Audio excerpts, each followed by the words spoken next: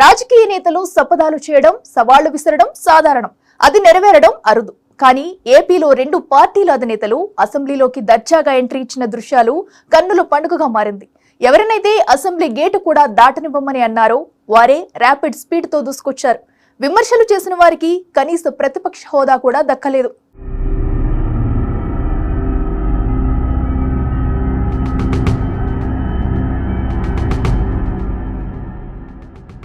సీఎంగానే అసెంబ్లీకి వస్తానని చంద్రబాబు 2.5 ఏళ్ల క్రితం ప్రతిజ్ఞ చేశారు. పవన్ ను అసెంబ్లీ గేటు కూడా దాటనివ్వబోమని వైసీపీ నేతలు సవాల్ విసిరారు. ఇప్పుడు ర్యాపిడ్ స్పీడ్ తో అసెంబ్లీలోకి దూసుకొచ్చి శభాష్ అనిపించుకున్నారు చంద్రబాబు, పవన్ కళ్యాణ్. 2.5 ఏళ్ల తర్వాత చంద్రబాబు 10 ఏళ్ల ఎదురుచూపులు, పోరాటం తర్వాత పవన్ కళ్యాణ్ అసెంబ్లీలోకి అడుగుపెట్టారు. ఎమ్మెల్యేలుగా ప్రమాణ స్వీకారం చేశారు. సీఎం అయ్యాకే అసెంబ్లీలో అడుగు పెడతా చంద్రబాబు చేసిన శపథం ఇది. ఆయన కలను పార్టీ శ్రేణులు, ఓటర్లు సాకారం చేశారు. 2.5 ఏళ్ల తర్వాత ఆయన సీఎం హోదాలో అసెంబ్లీలో పాదం మోపారు. 2021లో ఇదే సభలో ఆయనకు తీవ్ర అవమానం జరిగింది. ఇది గౌరవ సభ కాదు, కౌరవ సభ అని మళ్లీ సీఎం అయ్యే వరకు శాసనసభలో అడుగుపెట్టను అంటూ చేసిన శపథం ఈ రోజు సాకారమైంది. ముఖ్యమంత్రి ఈ హౌస్ వస్తాను తప్ప అదర్వైజ్ నాకు రాజకీయాలు అవసరం లేదు. ఇది గౌరవ సభ కాదు. ఇలాంటి గౌరవ సభలో నేను ఉన్నదని మరొకసారి విజ్ఞప్తి చేస్తూ మీకు నమస్కారం. ప్రజలందరికీ విజ్ఞప్తి చేస్తున్నా, నా అవమానం మీరందరూ నిన్న మనసుతో ఆశీర్వదించాలని కోరుతూ అందరికీ నమస్కారం. పంతం నెగ్గించుకుని 2.5 ఏళ్ల తర్వాత ముఖ్యమంత్రి హోదాలో అసెంబ్లీలోకి అడుగుపెట్టారు. ఇది తెలుగుదేశం శ్రేణులు, చంద్రబాబు అభిమానులకు ఎంతో ఉద్వేగభరితమైన సమయంగా చెప్పుకుంటున్నారు. 2019 అసెంబ్లీ ఎన్నికల్లో వైసీపీ ఘన విజయం సాధించింది. 151 సీట్లు వైసీపీ గెలుచుకోగా టీడీపీ 23 స్థానాల్లో గెలిచి ప్రతిపక్ష స్థానానికి పరిమితమైంది. ఆ తర్వాత జరిగిన అసెంబ్లీ సమావేశాల్లో సంఖ్యాబలం తక్కువగా ఉన్న టీడీపీని అసెంబ్లీలో వైసీపీ ఆటలాడుకునేది. అధికార పక్ష సభ్యులు చంద్రబాబుపై సెటైర్లు, వ్యంగ్యాస్త్రాలు సంధిస్తూ ప్రసంగాలు చేసేవారు. ఈ క్రమంలో 2021 నవంబర్ 19న జరిగిన అసెంబ్లీ సమావేశాల్లో చంద్రబాబును ఉద్దేశించి వైసీపీ సభ్యులు అవమానకరంగా మాట్లాడారు. చట్టసభల్లో చంద్రబాబు సతీమణి పేరుతో అసభ్యకరంగా మాట్లాడారు. దీంతో అప్పుడు సభలో ప్రతిపక్ష నేతగా ఉన్న చంద్రబాబు దారుణంగా అవమానపడ్డారు. తన సతీమణి వ్యక్తిత్వాన్ని కించపరిచేలా అసెంబ్లీలో అప్పటి మంత్రి అంబటి రాంబాబు మాట్లాడటం, దానికి కొందరు వైఎస్ఆర్సీపీ సభ్యులు వంతపాడటం, సభా నాయకుడిగా వారించాల్సిన అప్పటి సీఎం జగన్ వెకిలి నవ్వులతో వారిని ప్రోత్సహించడంతో చంద్రబాబు ఆ రోజు తీవ్ర మనస్తాపం చెందారు. గౌరవప్రదమైన అసెంబ్లీలో ఇంత నీచంగా మాట్లాడతారా అంటూ అధికార పక్షంపై విరుచుకుపడ్డారు. ఇది గౌరవ సభ కాదు, కౌరవ సభ అంటూ అసెంబ్లీని ఉద్దేశించి మాట్లాడుతూ తీవ్రస్థాయిలో మండిపడ్డారు. మళ్లీ ముఖ్యమంత్రి అయ్యాకే అసెంబ్లీలోకి తిరిగి అడుగు పెడతానని శపథం చేశారు. నాడు అసెంబ్లీని బహిష్కరించి బయటకు వచ్చిన ఆ తర్వాత మళ్లీ తిరిగి అడుగుపెట్టలేదు.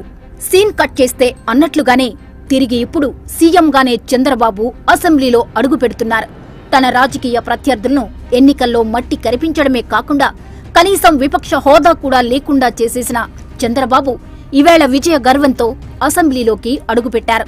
గతంలో తాను చేసిన ప్రతిజ్ఞకు కట్టుబడి దాదాపు 2.5 ఏళ్ల పాటు అసెంబ్లీకి రాకుండా ఉండిపోయిన చంద్రబాబు ఈవేళ సీఎంగా తిరిగి అడుగు పెట్టడంతో టీడీపీ ఎమ్మెల్యేలు, నేతలు, శ్రేణుల్లో హర్షాతిరేకాలు వ్యక్తమవుతున్నాయి. ఈ నేపథ్యంలో ఆయన సతీమణి నారా భువనేశ్వరి ఎక్స్ లో వీడియో పోస్ట్ చేసి స్పందించారు. నేడు గౌరవ సభలో ముఖ్యమంత్రి నారా చంద్రబాబు నాయుడు అంటూ ఆయన సతీమణి నారా భువనేశ్వరి ఓ వీడియో పోస్ట్ చేశారు. నిజం గెలిచింది, ప్రజాస్వామ్యం నిలిచింది అంటూ ప్రజలకు ప్రణామం అని భువనేశ్వరి ఎక్స్ ద్వారా ధన్యవాదాలు తెలిపారు. నిజానికి చంద్రబాబు గెలుపులో ఆయన సతీమణి నారా భువనేశ్వరి పాత్ర చాలానే ఉంది. స్కిల్ డెవలప్మెంట్ స్కామ్లో చంద్రబాబు అరెస్ట్ అయినప్పుడు అనూహ్య పరిస్థితుల్లో రాజకీయాల్లోకి వచ్చారు భువనేశ్వరి.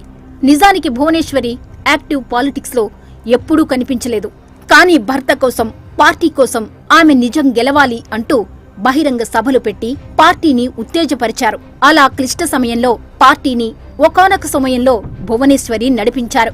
ఇప్పుడు భర్త మళ్లీ ముఖ్యమంత్రిగా అసెంబ్లీలో అడుగుపెట్టడంతో ఆమె సంతోషం వ్యక్తం చేస్తున్నారు. మరోవైపు జనసేన పార్టీ అధినేత పవన్ కళ్యాణ్ తో పాటు లక్షలాది మంది జన సైనికుల కల నెరవేరింది. 10 ఏళ్ల సుదీర్ఘ పోరాటానికి ఫలితం దక్కింది. నిరాశ నిస్పృహలు, అవమానాలు, అవహేళనలు ఇవన్నీ దాటి జీరో నుంచి హీరోలా మారింది జనసేన. సినిమాలతో పాటు రాజకీయాల్లోనూ పవర్ స్టార్ అనిపించుకున్నారు పవన్ కళ్యాణ్. తొడగొట్టి సవాల్ చేసినట్లే జనసేనాని పవన్ కళ్యాణ్ వైసీపీని మట్టి కరిపించి సగర్వంగా అసెంబ్లీలోకి అడుగుపెట్టారు. ఈ క్షణాలు జనసేనకు, ఆ పార్టీ శ్రేణులకు, పవన్ కళ్యాణ్ అభిమానులకు అపూర్వమైనవనడం అతిశయోక్తి కాదు. పవన్ కళ్యాణ్ ను అసెంబ్లీ గేటు కూడా తాకనివ్వబోము. పవన్ కళ్యాణ్ భవిష్యత్తులో ఎమ్మెల్యే కూడా కాలేరు. పవన్ కళ్యాణ్ కనీసం ఎంపీటీసీగా కూడా గెలవలేరు. కాబట్టి సినిమా షూటింగ్ చేసుకుంటే కనీసం డబ్బులైనా వస్తాయి. ఇలా 1 కాదు 2 కాదు అనేక విమర్శలు చేశారు. పవన్ కళ్యాణ్ ను రాజకీయంగానే కాదు, ఏకంగా వ్యక్తిగతంగా విమర్శలు చేశారు. వైసీపీ విమర్శలకు జన సైనికులు కృంగిపోతున్నా ఏమాత్రం తొణకలేదు, బెణకలేదు. వ్యూహం నాకు వదిలేయండి, మీరు ఓట్లు వేయించండి అని చెప్పిన పవన్ కళ్యాణ్ అన్నట్లుగానే వ్యూహం రచించారు. దేశ చరిత్రలోనే ఎన్నడూ లేని విధంగా పోటీ చేసిన అన్ని చోట్ల గెలుపొంది సరికొత్త రికార్డు సృష్టించి తనను విమర్శించిన వాళ్ల చెంప చెళ్లుమనిపించేలా తీర్పు వెల్లడించారు. దీంతో ఇప్పుడు సోషల్ మీడియాలో ఆసక్తికర ట్రోల్స్ నడుస్తున్నాయి. అసెంబ్లీ గేటు తాకనియనన్నారు కదా, మనల్నెవడ్రా ఆపేది అంటూ ట్రోల్ చేస్తున్నారు. 2019 ఎన్నికల అనంతరం జనసేన అధినేత పవన్ కళ్యాణ్ రాజకీయంగా ఎన్నో అవమానాలు, చీత్కారాలు ఎదుర్కొన్నారు. పలు పర్యటనలు సైతం నాటి ప్రభుత్వం అడ్డుకుంది. నడి రోడ్డుపై పడుకుని మరీ పవన్ కళ్యాణ్ నిరసనలు తెలిపారు. ఈ పరిణామాలను పరిగణలోకి తీసుకున్న జనసేన అధినేత పవన్ కళ్యాణ్ టీడీపీతో సైతం జట్టు కట్టారు. పోటీ చేసిన 21 అసెంబ్లీ, 2 పార్లమెంట్ స్థానాల్లో తిరుగులేని మెజార్టీతో తన అభ్యర్థులను గెలిపించుకోగలిగారు. 70,000కు పైగా మెజార్టీతో పిఠాపురం నుంచి పవన్ కళ్యాణ్ విజయ ఢంకా మోగించారు. తొలిసారే ఉప ముఖ్యమంత్రి పదవిని దక్కించుకున్నారు. అదే హోదాలో అసెంబ్లీలో అడుగుపెట్టి ప్రమాణ స్వీకారం చేశారు.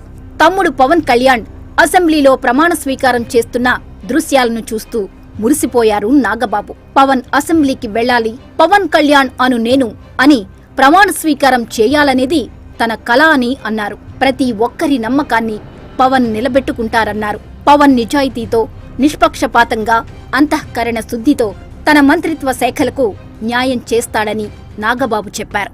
ఈ మేరకు సోషల్ మీడియాలో ఓ భావోద్వేగపు పోస్ట్ పెట్టారు. అసెంబ్లీలో పవన్ కాలు పెట్టడంపై నాగబాబు ఆసక్తికర వ్యాఖ్యలు చేశారు. తమ్ముడు అసెంబ్లీలో అడుగుపెట్టడం ఒక థ్రిల్ అన్నారాయన. కానీ మంత్రిగా అసెంబ్లీకి రావడం ఒక బాధ్యత అని కామెంట్ చేశారు. ప్రజల కోసం గట్టిగా పనిచేయాలని ఫోకస్ గా ఉన్నారని నాగబాబు తెలిపారు. జనసేన అధినేత పవన్ కళ్యాణ్ ను అసెంబ్లీ గేటు కూడా తాకనివ్వబోమంటూ శపథం చేసిన వైసీపీ సభ్యులు పవన్ కళ్యాణ్ విజయాన్ని అడ్డుకోలేకపోయారు. వైసీపీ మొత్తం పిఠాపురంలో వాలిపోయినప్పటికీ వారి ప్రయత్నాలు ఏమీ ఫలించలేదు. కానీ పవన్ కళ్యాణ్ ను హెచ్చరించిన వారెవరూ అసెంబ్లీలోకి అడుగుపెట్టలేదు. కానీ పవన్ కళ్యాణ్ మాత్రం అడుగుపెట్టారు.